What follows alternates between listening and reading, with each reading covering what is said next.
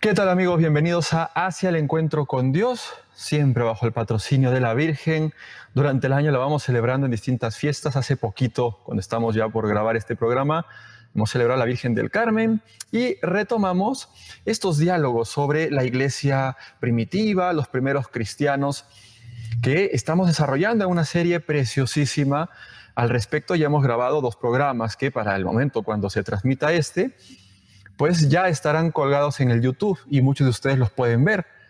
Nos está acompañando para ello y le agradecemos muchísimo por su tiempo, por su espera. También le pedimos disculpas por las demoras propias al padre Pierre Martínez Valencia, quien pertenece al Obispado Castrense aquí en Perú. Bienvenido, padre. Muchas gracias por estar con nosotros. Muy buenos días, Yure. Muy buenos días con toda la gente que nos escucha, que nos ve en Nuestra Señora del Encuentro. Un gran saludo para ellos.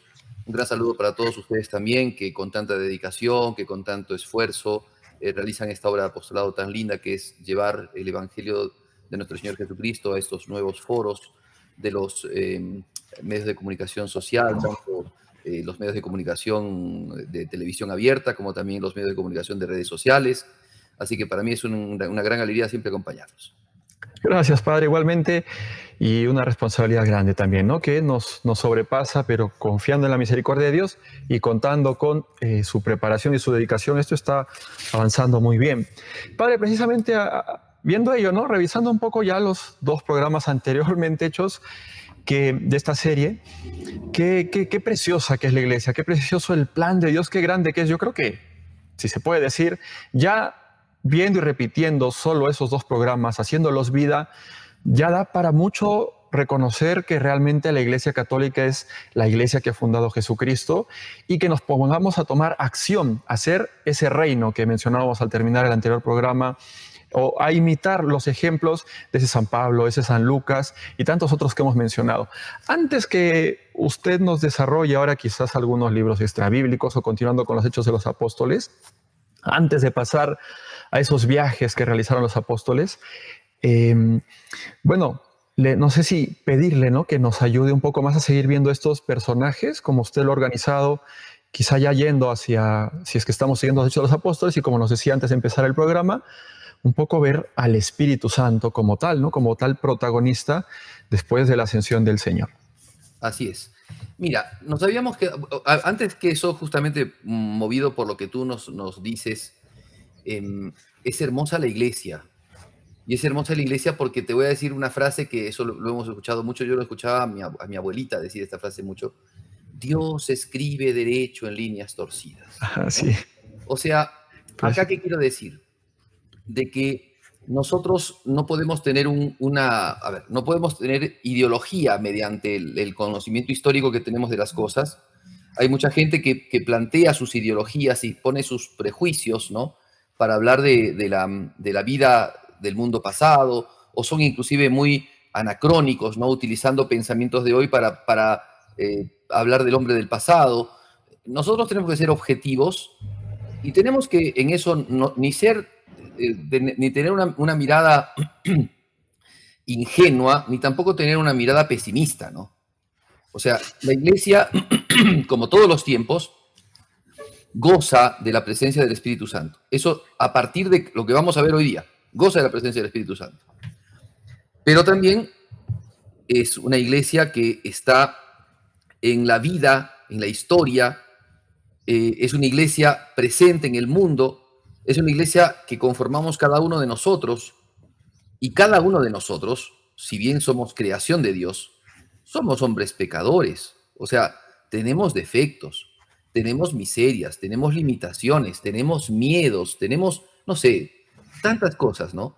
Sin embargo, lo que tú has dicho es una cosa muy cierta. La iglesia es bellísima, pero es bellísima porque está adornada, primero, por los dones del Espíritu Santo, y segundo, por la fidelidad de muchísimos de sus miembros a esos dones del Espíritu Santo.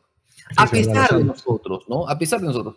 Quiero ponerte un ejemplo, porque vamos a hablar de esto, pero vamos a hacerlo tranquilamente. O sea, no estamos apurados, ¿cierto? No estamos apurados en querer dar un montón de informaciones. No tenemos el estrés de las redes sociales que tiene que pasar videito. No tenemos eso, tenemos calma, ¿no? Entonces, voy a poner un ejemplo. Yo tengo algunos programitas, hago algunos reels y qué sé yo. Entonces, nuestros hermanos protestantes, ¿no? Muchos católicos me dicen, padre, no hay que decirles hermanos. ¿Cómo no vamos a decirles hermanos si son hijos de Dios? Ellos no nos dicen hermanos a nosotros, pero nosotros sí los tratamos de hermanos, porque, Sí. o sea, si tiene bautismo válido, son hermanos nuestros, no podemos negar son hermanos, listo. Protestantes, porque realmente les encanta protestar. O sea, no solamente porque nacieron de la reforma protestante de Lutero, Calvino, Zwinglio, Melanchthon y demás, ¿no? Sino porque les encanta protestar. Es increíble. O sea, a mí me da, no creo que todos sean iguales, pero yo no sé qué deseo tienen ellos de entrar a las redes de los católicos y empezar a hatear, dicen hoy día, ¿no? O sea, a poner haters, o sea, cosas de odio, ¿no? Odio, odio, odio. Bueno, y hace poquito hice un reel, ¿no? Un short, no sé cómo le llaman, depende de la red social, que hablaba de San Pedro Apóstol. Y explicaba un poco alguna faceta muy interesante que está en los Hechos de los Apóstoles de San Pedro Apóstol. Sí. Y dije allí, ¿no? San Pedro que ha recibido el poder de las llaves, ¿no? Sí. Y salieron, pero cantidad de protestantes, ¿no? A escribir, ¿no? Cura mentiroso, cura burro, así, ¿no? O sea, un montón de cosas. ¡Qué fuerte! Cura burro, no mientas a la gente, no digas tonterías, Pedro no es el primer apóstol, Pedro no tiene el poder de las llaves, no hay llaves acá, o sea, desmantelando todo, ¿no? O sea, primero que no decían lo que o sea, lo que uno había explicado en ese video, no lo refutaban, sino lo que refutaban era determinados detalles y cosas que ni siquiera estaban, ¿no? Entonces, bueno, entonces, ¿qué pasa? ¿Qué pasa? Que hay una verdad interna, que Pedro es un hombre débil, porque, Sí. digamos, yo decía, Pedro recibió el poder de las llaves, pero estos, digamos, odiadores, como dicen en internet, o sea, estos que ponían mensajes así feos, decían, ¿no? Pedro, después, usted no lee el Evangelio, porque Pedro después, ¿no? Después de que Jesús le dice eso, ¿no? Tú eres Pedro, sobre esta piedra edificaré mi iglesia, las llaves, etcétera. Después Jesucristo le dice Satanás. Entonces no puede ser el primer apóstol, ¿no? O sea, como que una cosa invalida a la otra y se quedan pues en la mitad del camino, ¿no? Así es. Pero es cierto que Pedro negó a Jesucristo, es cierto que Pedro tenía mucho, digámoslo así, mucho amor propio, un poco de orgullo, un poco de tal vez superficialidad de no conocerse perfectamente, de no saber que él podía caer en pecado. Tenía todo eso. O sea, son cosas que van acompañando a la persona, pero es justamente eso la iglesia. Es lo que viene de Dios y eso es lo bello. Y la respuesta fiel del cristiano, pero también están nuestros elementos negativos, eso que el Papa Benedicto XVI decía, nuestras oscuridades, ¿no? Porque todos tenemos esas oscuridades, flaquezas, oscuridades en la vida, de miedos, de temores, de no saber de cosas del futuro, de no ver la situación del presente. O sea, entonces, hay esto en la iglesia, ¿eh? Hay esto. Entonces, nosotros no podemos menoscabar la vida de la iglesia por el defecto personal que tuvo una persona. Pero por otro lado, en Pedro lo que vemos es un hombre que tiene flaquezas y la Biblia nunca va a negar las flaquezas de Pedro. Nunca. O sea, es una cosa importante. En la vida de los santos, y eso no solamente en San Pedro, en la vida de todos los santos, la iglesia hace un estudio de su vida, ¿no? Ese estudio de su beatificación, canonización, ¿no? Todo ese trabajo que hace la iglesia es un estudio para ver las virtudes de esta persona. Entonces también aparecen determinadas limitaciones, determinados errores, determinados pecados, inclusive que puede haber tenido. Pero eso no le quita nada a la iglesia el trabajo del Espíritu Santo, la presencia del Espíritu Santo y también la fidelidad que se da en los frutos del Espíritu Santo en cada persona y en toda la iglesia. Entonces, es cierto que la iglesia es bella, es bellísima, porque la belleza de la iglesia no está en nosotros somos muy feos. La belleza de la iglesia radica en la realidad de la presencia del Espíritu Santo y de las maravillas que hacen los hombres. Como dice la Virgen María, el Señor hizo en mí grandes maravillas. Cuando tú mencionabas ahora la fiesta tan hermosa de la Virgencita del Carmen, pero la maravilla que hay en la Virgen María, en la Virgencita del Carmen y su escapulario, viene de Dios, no viene de ella. Y nosotros en la iglesia, lo que amamos, lo que reverenciamos y lo que nosotros inclusive adoramos, es la belleza de Dios, es la fuerza de Dios y es la maravilla de Dios que se expresa en sus criaturas, que somos tan pequeñas, tan rudimentarias, tan frágiles, y sin embargo la fuerza de Dios, ¿no? Que puede hacer que un David con una piedra mate a un Goliat, ¿no? Que puede hacer que un Pedro pescador haga una tremenda predicación en el día de Pentecostés, que es lo que veremos, Dios quiera, hoy día. ¿Me entiendes? Entonces, Sí. eso es lo que nosotros tenemos que juzgar.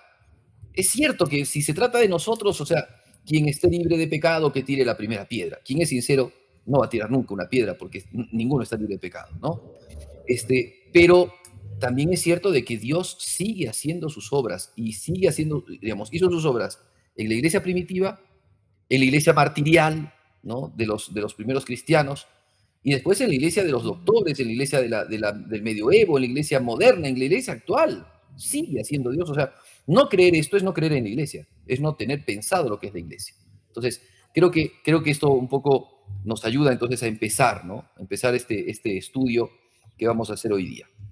Entonces, Muchas gracias, más bien, padre, porque permítame, es una mirada tan real. Precisamente si no fuese verdad algo por tapar, por embellecer, perdería valor, perdería esa belleza auténtica que tiene, y es bella precisamente porque también es verdad, ¿no? O sea, Dios y su iglesia, que es su cuerpo, ¿no? El cuerpo de Cristo, y Cristo que no es otro que Dios, ¿no? Que nos viene a salvar, el Hijo, Dios Hijo, pues es que es la verdad, es el camino, él mismo lo ha dicho.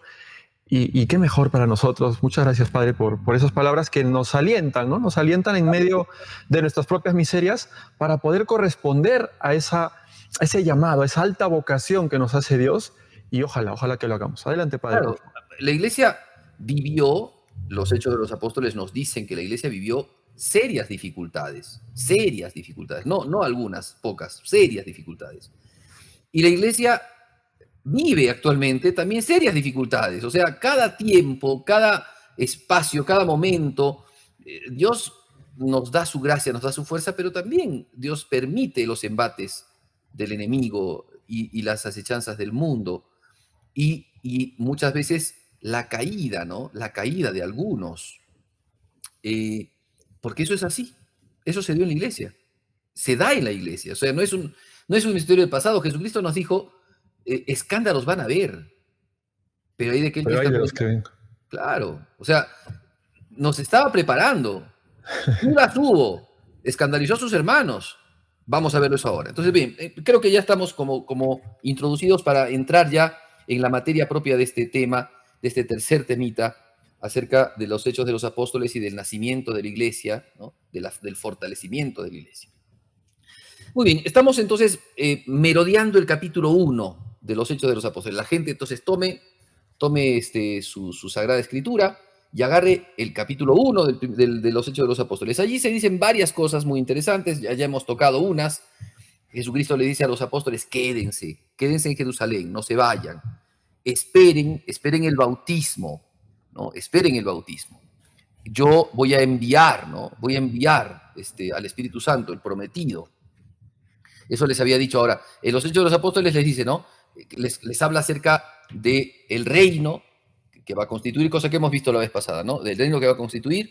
Así es. Había dicho que Juan había bautizado en agua, que ellos iban a ser bautizados en Espíritu Santo. Por eso es que esperen el Espíritu Santo, ¿no? Sí. Entonces ellos se fueron ellos a Jerusalén y empezaron a convivir, ¿no? Una comunidad cristiana que también habíamos dicho hasta el número, eran 120 hermanos, ¿no?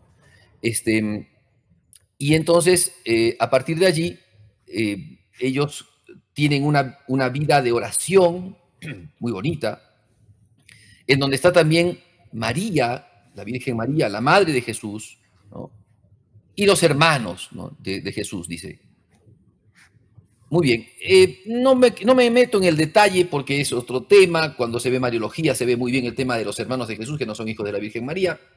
No nos metemos en eso, pero sí vamos a ver otro tema que es muy importante, que es la cuestión de la elección de un nuevo apóstol. ¿Ya? O sea, capítulo 1 de los Hechos de los Apóstoles, se tiene que dar la restauración del reino. Eso es lo que Jesucristo les ha dicho, ¿no? Ustedes van a hacer la restauración del reino. Hay que inspirar al Espíritu Santo, ¿cierto? Padre, sí. Mire qué rápido avanza el tiempo. Entonces le invito a una pequeña pausa para poder retomar bien antes que nos lea justo el texto bíblico que viene a continuación. Bueno, a todos los que nos están sintonizando, les agradecemos esta sintonía. Les invitamos a ser misioneros del encuentro, a difundir todos los contenidos que realiza este medio de comunicación al amparo de Nuestra Señora del Encuentro con Dios. Quédense con nosotros, ya regresamos.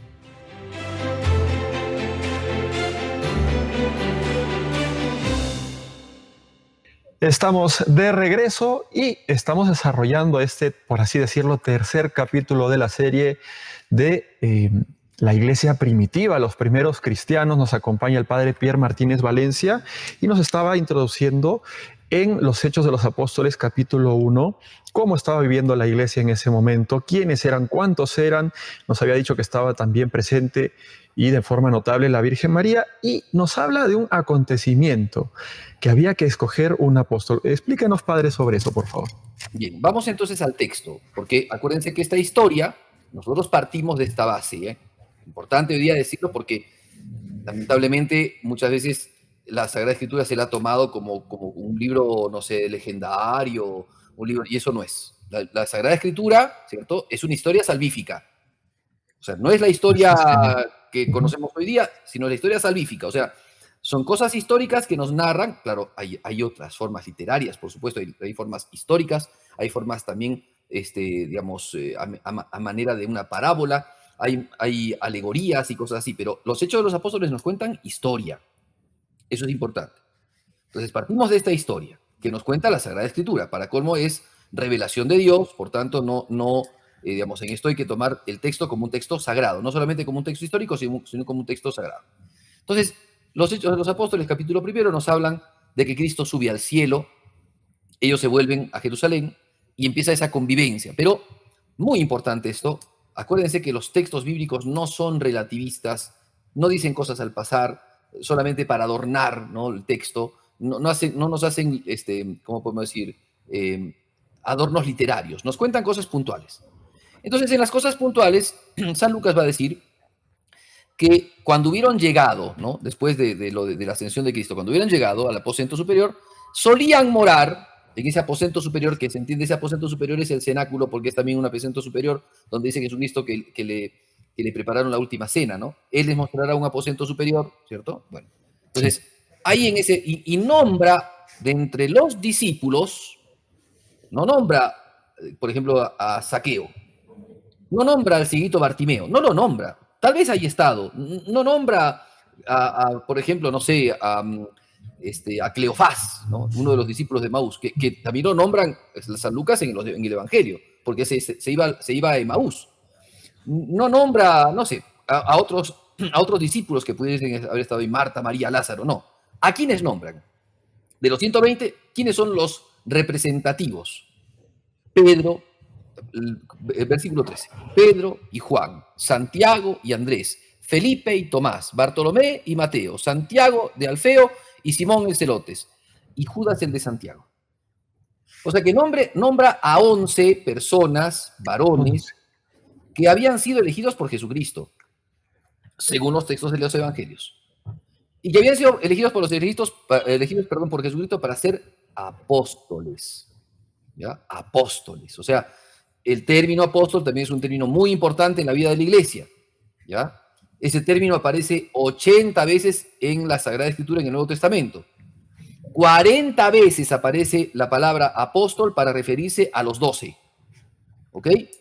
Y después, otras veces para referirse a estos 12 con algunos más. Pero propiamente los apóstoles son los 12. Pero acá ya no hay 12, son 11. Porque hay uno, ¿no?, que la historia en el Evangelio de San Mateo nos va a contar que se va a ahorcar, se va a matar, se va a suicidar después de haber vendido a Jesucristo, ¿no? Entonces, vamos a entender un poco este asunto. A ver, esto es solamente un detalle, no es el texto concreto, no es tampoco lo más importante de lo que tenemos que decir, pero aquí hay dos versiones, ¿no?, con la cuestión de Judas. Si vamos al Evangelio de San Mateo, a ver, lo voy a leer, San Mateo capítulo 26, ¿no?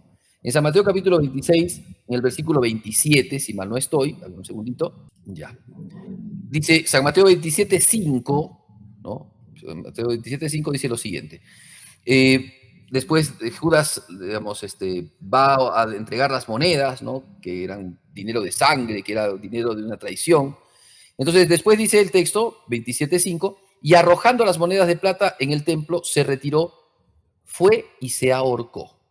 ¿Ok? Eso es lo que nos dice el texto de San Mateo 27:5, ¿ya? Entonces, ahora, el texto de los Hechos de los Apóstoles, ¿no? Vamos nuevamente al capítulo primero de los Hechos de los Apóstoles. San Pedro, cuando está narrando esta cuestión de lo que ha sucedido, dice, conviene que nosotros elijamos a uno que ha estado con nosotros desde el principio, ¿no? Para ocupar el cargo. Mira, es interesante este texto, es muy interesante este texto. Esto es Hechos capítulo 1, versículo 20, si mal no estoy. Dice, les leo textualmente, pues está escrito en el libro de los Salmos, quede desierta su morada y no haya quien habite en ella y otro se alce con su cargo. Ya, ahora es interesante porque la traducción para nosotros es cargo, ¿cierto? Sí. Pero el término que utiliza el texto de San Lucas en griego es episcopín. O sea, wow. El cargo es el episcopado. Es importantísimo, ¿eh? Te das cuenta que detalles, wow. Pero detalles muy claros. Sí, o sea que no estos hombres tienen un cargo, pero ese cargo no es cualquier cargo, es un episcopado. Ya, la palabra episcopus, ¿no? Es un término que significa principalmente aquel que está gobernando, el velador, el cuidador, ¿no? El supervisor de una instancia, de una empresa, de una comunidad, de un grupo. Ese es el episcopus. Entonces, claro, este cargo de la iglesia son los obispos, ¿no? Claro, exactamente. Entonces, estamos hablando acá con la terminología del evangelio. No estamos utilizando otra cosa. Vayan ustedes al griego y en el griego le va a decir episcopín. Ese es el término. O sea, hay alguien que tiene que ocupar este episcopus o este episcopín, ¿no? Que se ha quedado vacío. Es importante porque Jesús les había dicho, hay que restaurar el reino, ¿no? Ustedes están acá para restaurar el reino. Y para restaurar el reino hay que restaurarlo conforme al plan de Dios. Y en el plan de Dios, cuando se hizo el reino, cuando se hizo el pueblo de Dios, el pueblo empezó con 12 patriarcas. Y ahora hay 12 patriarcas, han habido 12 patriarcas, pero uno ha perdido su sede, ha perdido su encargo episcopal, ¿no? Porque se ha matado. Entonces, es necesario que alguien ahora ocupe ese episcopado. ¿Se entiende? Qué bonito, ¿no? ¿Te das cuenta cómo cambió la cosa? Cambió la cosa, porque tú dices, bueno, un cargo. Bueno, los protestantes también dirán un cargo que puede tener, pues, cualquier hombre, No, es un episcopado lo que hay que asumir. Muy bien, entonces, ahora sí, vamos al paréntesis que dije antes, para que se entienda. San Lucas comenta de que, como en el discurso de San Pedro, de que Judas, ¿no? Se compró un campo de sangre, Aceldamá, ¿ya? Un campo de sangre, y que se desbarrancó en el campo y que sus entrañas salieron afuera, ¿ya? Wow. A ver, leo el texto, dice, fue público a todos los habitantes de Jerusalén, tanto que el campo se llamó en su lengua Aceldama, que quiere decir campo de sangre, pues está escrito en el libro de los Salmos, quede desierta su morada y no haya quien habite en ella y otro se alce al cargo, ¿no? Entonces, eso es lo que dice acerca del campo de sangre. Ahora, el campo de sangre también está mencionado, ¿no? Que es el campo del alfarero o campo de sangre, está mencionado en San Mateo. Pero la manera de morir de Judas, no está clara, porque Mateo dice se ahorcó, clarísimo. En cambio, San Pedro dice, ¿no? Que se desbarrancó y se abrieron sus entrañas, ¿no? ¿Por qué digo esto, no? Porque también hay casos de personas que sin fe y con espíritu crítico dicen, no, la Biblia se equivoca, unos dicen una cosa, otros dicen otra cosa, ¿cierto? Entonces yo aquí quiero mencionar, digamos, algunas teorías, ¿no? Algunas veces leí a un autor protestante que decía, ¿no? Para un poco unir estas cosas, que en la antigüedad los hombres cuando se ahorcaban, ¿no? Dice, agarraban una piedra, se ataban una soga al cuello, ¿no? Se tiraban la piedra. ¿Viste lo que Jesucristo dice? No, más le valdría atarse Sí, una cuerda y tirarse al mar. piedra de molino y tirarse al mar. Claro, ya, pues hacían una cosa así, ¿no? Se ataban una cuerda, entonces la manera de ahorcarse era tirar la cuerda y digamos, que la cuerda lo jale, ¿no? Entonces se mataban así. Entonces ahí se desparramaba todo, qué sé yo, ¿no? Es una versión, digámoslo así, es una interpretación, pero que no parece muy fidedigna también.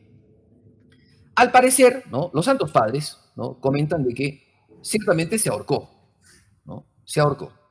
Algunos dicen, bueno, en el ahorcarse puede haberse desgarrado, ¿no?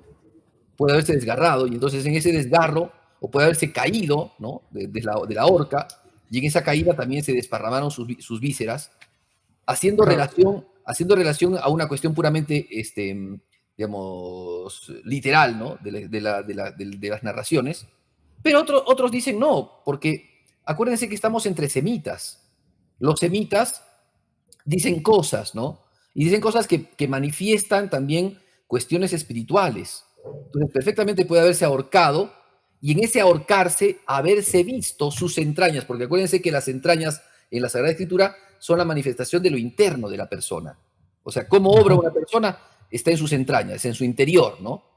Por eso dice la Sagrada Escritura, los Salmos, ¿no? Dios conoce el fondo de las entrañas, Dios penetra, ¿no? En los riñones, dice la Sagrada Escritura, ¿eh? O sea, en las entrañas del hombre.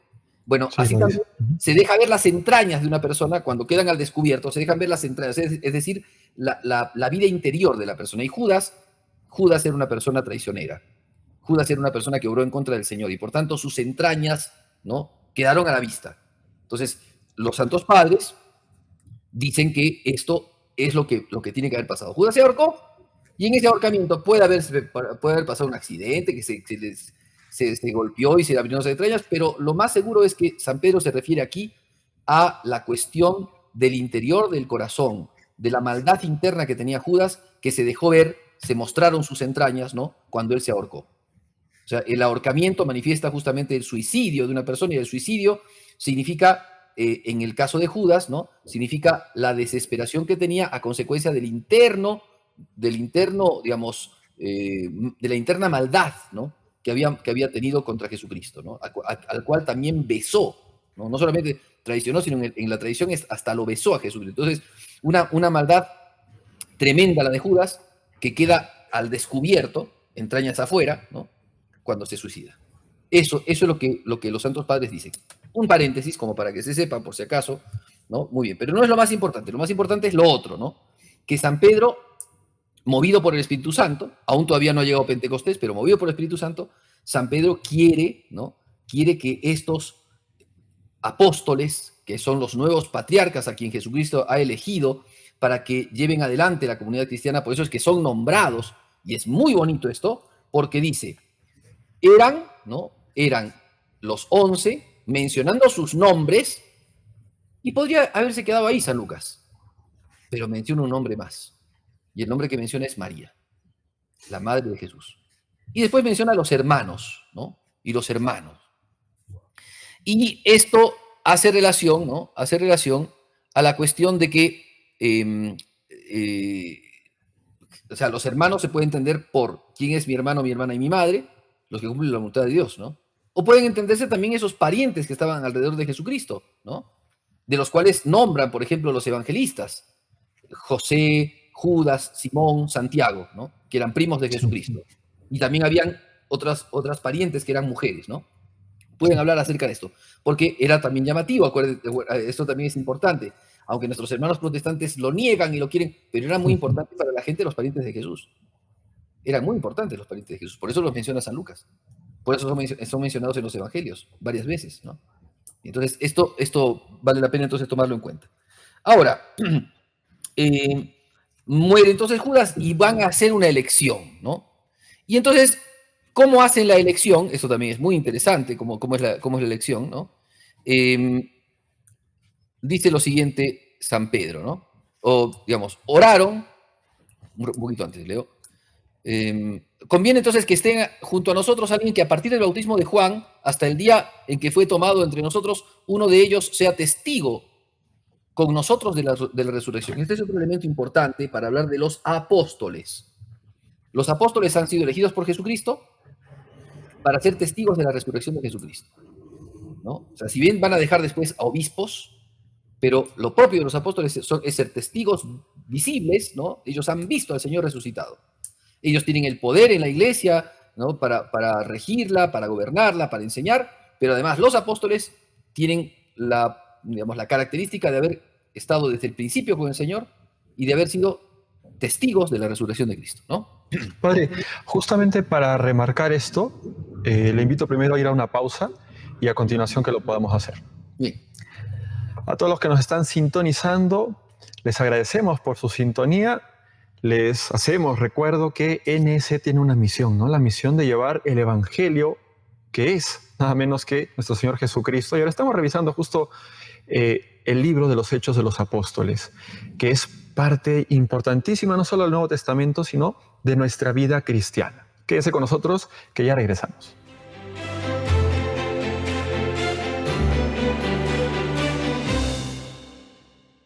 Ya estamos con ustedes y bueno, Padre Pierre, qué importante es la misión que tenemos como cristianos y qué importante esto de los Hechos de los Apóstoles. En el anterior bloque usted desarrolló una exégesis muy interesante, ¿no? Qué bien que los santos padres de la iglesia no pasaban por alto detalles, ¿no? En esa búsqueda de la verdad, de no quererse equivocar, sino acoger qué es lo que Dios nos quiere decir con este o con aquel hecho o con este texto bíblico.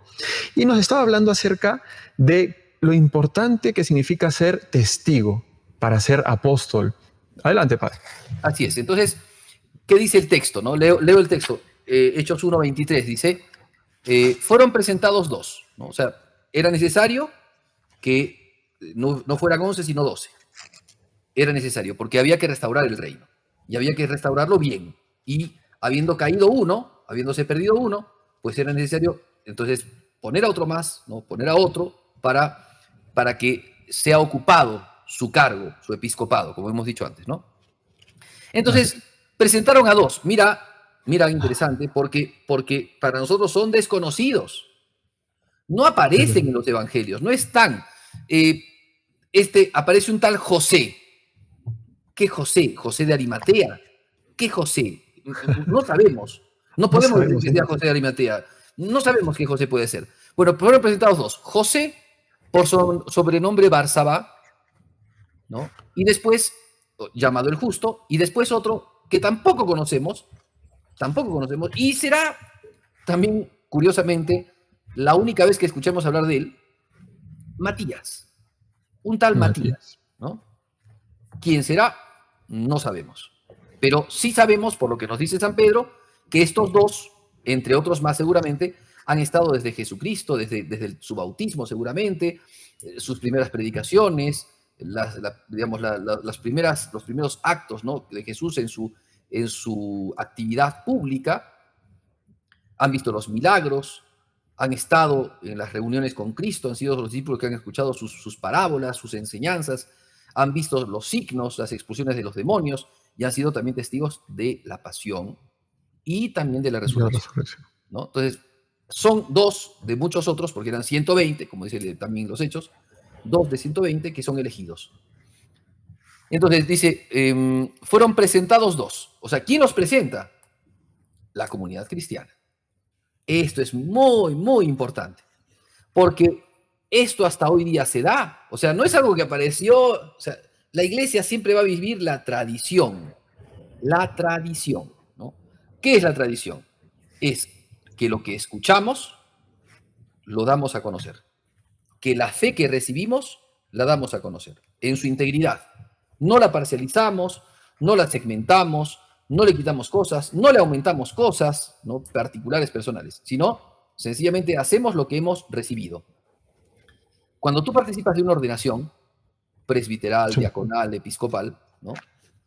Antes de que, digamos, empieza la Santa Misa, como de costumbre, antes de empezar los ritos, ¿no? Inclusive las lecturas, ¿no? Un representante, que viene a ser posiblemente el rector del seminario, no sé, el vicario de la diócesis, ¿no? Si es un sacerdote, presenta al candidato que va a ser, ¿no? Candidato. Así es. ¿Y qué le dice al obispo, ¿no?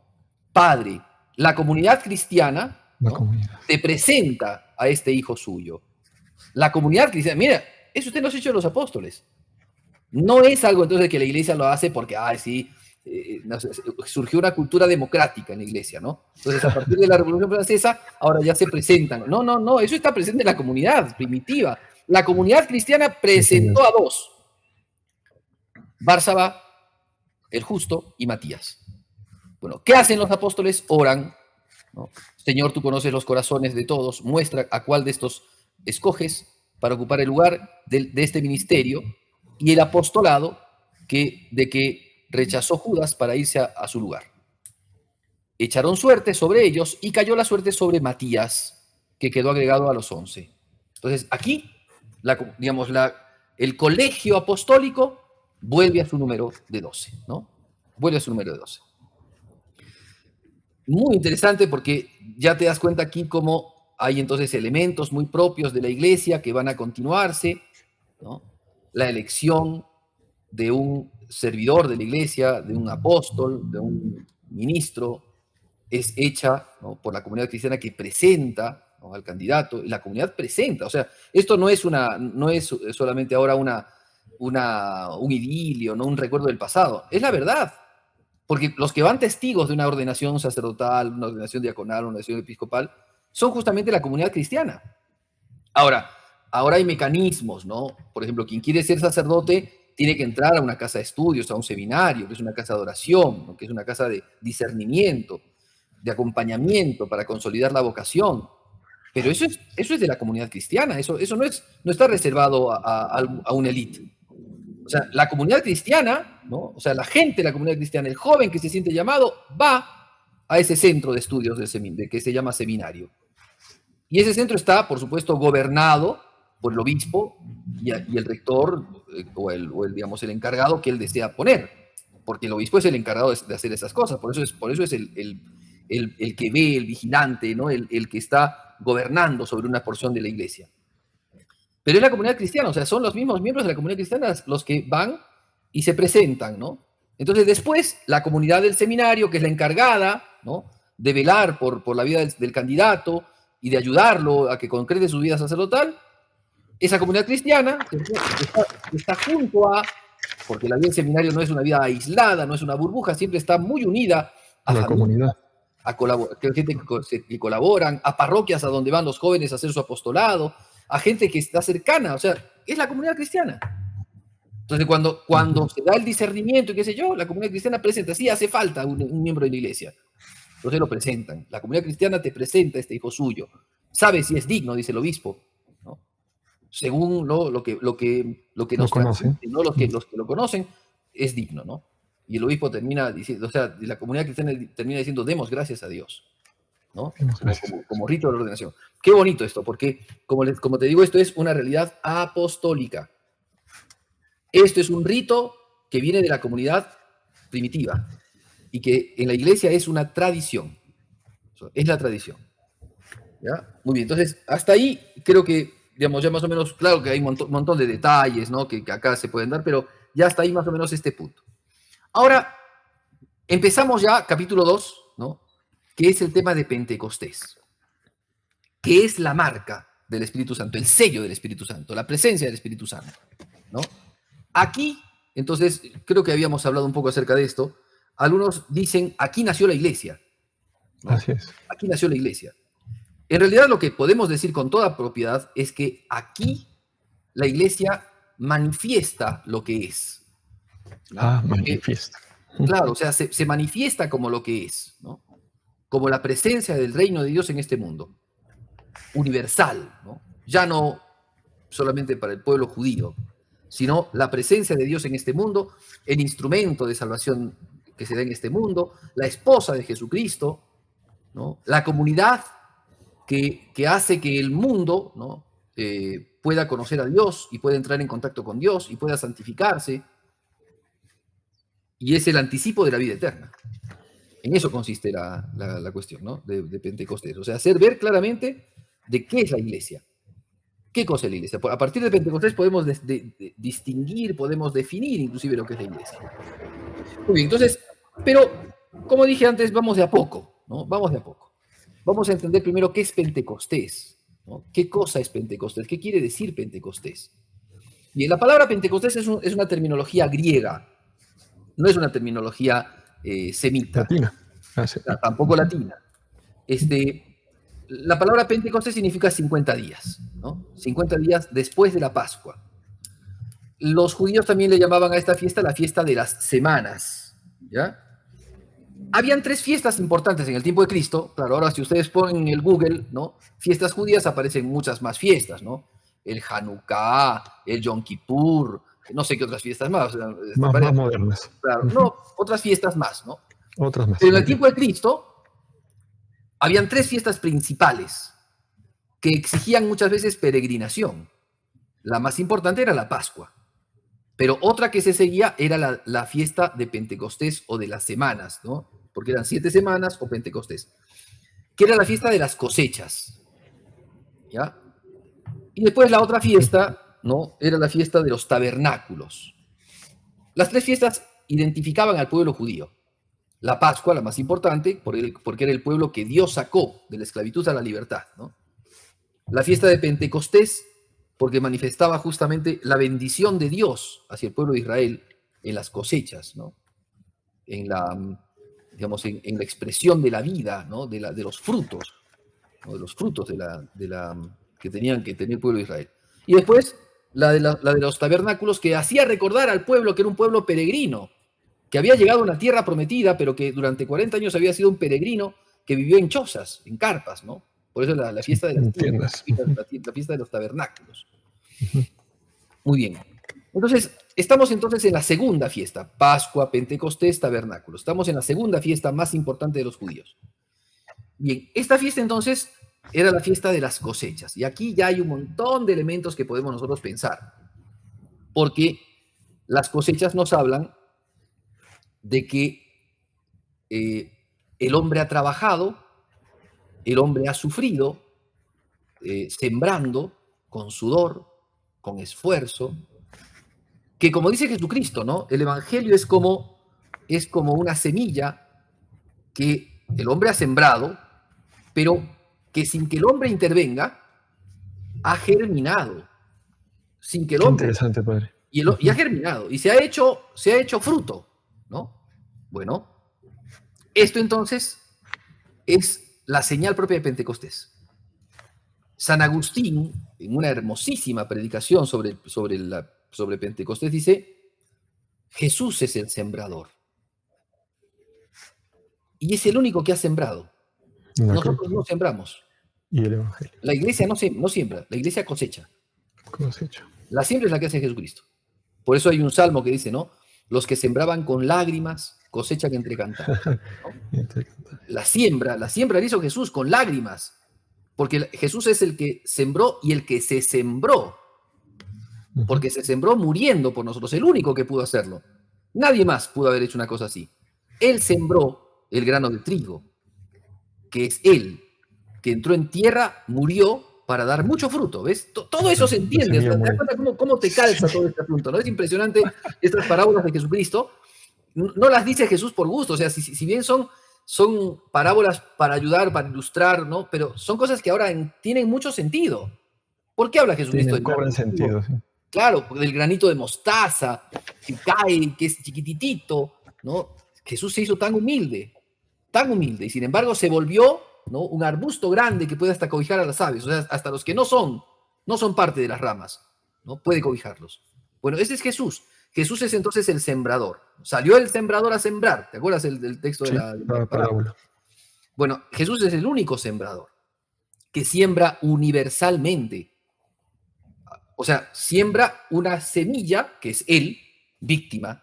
Él como sacerdote es el sembrador, que siembra una semilla, él mismo, que es la víctima, y que va a dar fruto, y que va a dar mucho fruto. 60, 30, 100%, ¿no? Ese es el sembrador.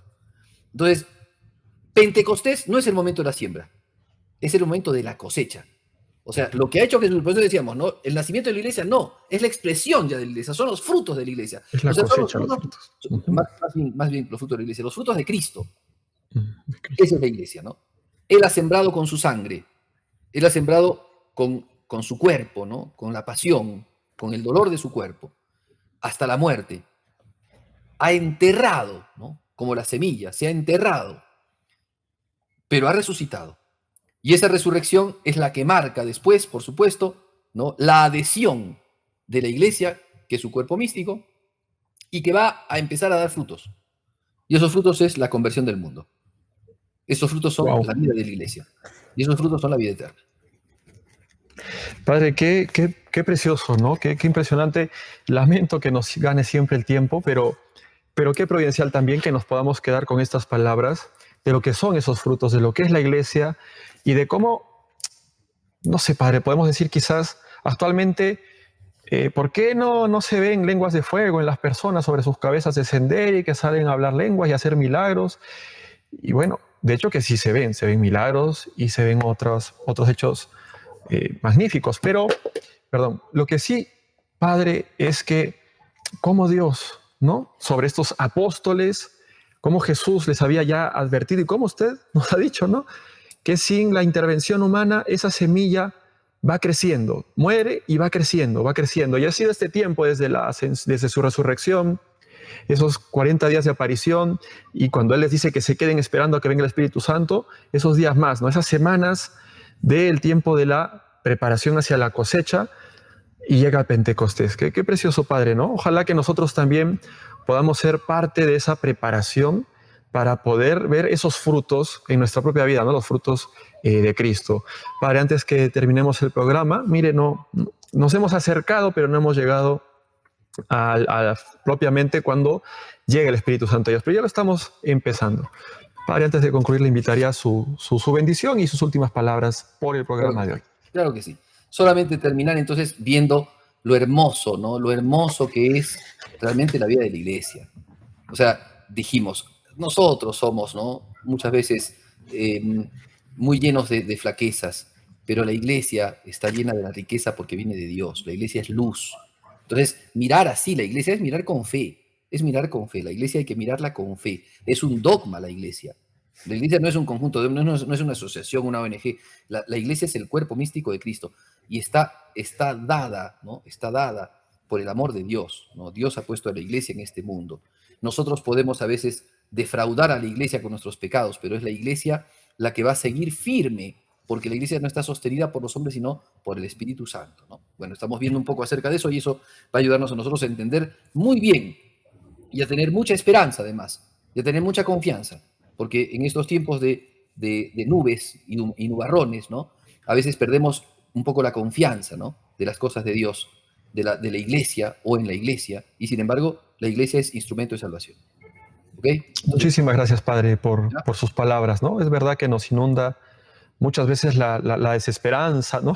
Y hay personas quienes hasta, yo no sé, ¿no? Hace unos años, cuando iba a ser 2012, y muchos decían que por eso, algunos incluso católicos, que por eso se iba a acabar el mundo y se fueron a refugiar, ¿no? La desesperanza. O sea, vivimos con ello, que no nos desespere tampoco nuestra propia fragilidad, sino que mantengamos esa esperanza de que Dios puede. Muchas gracias, Padre.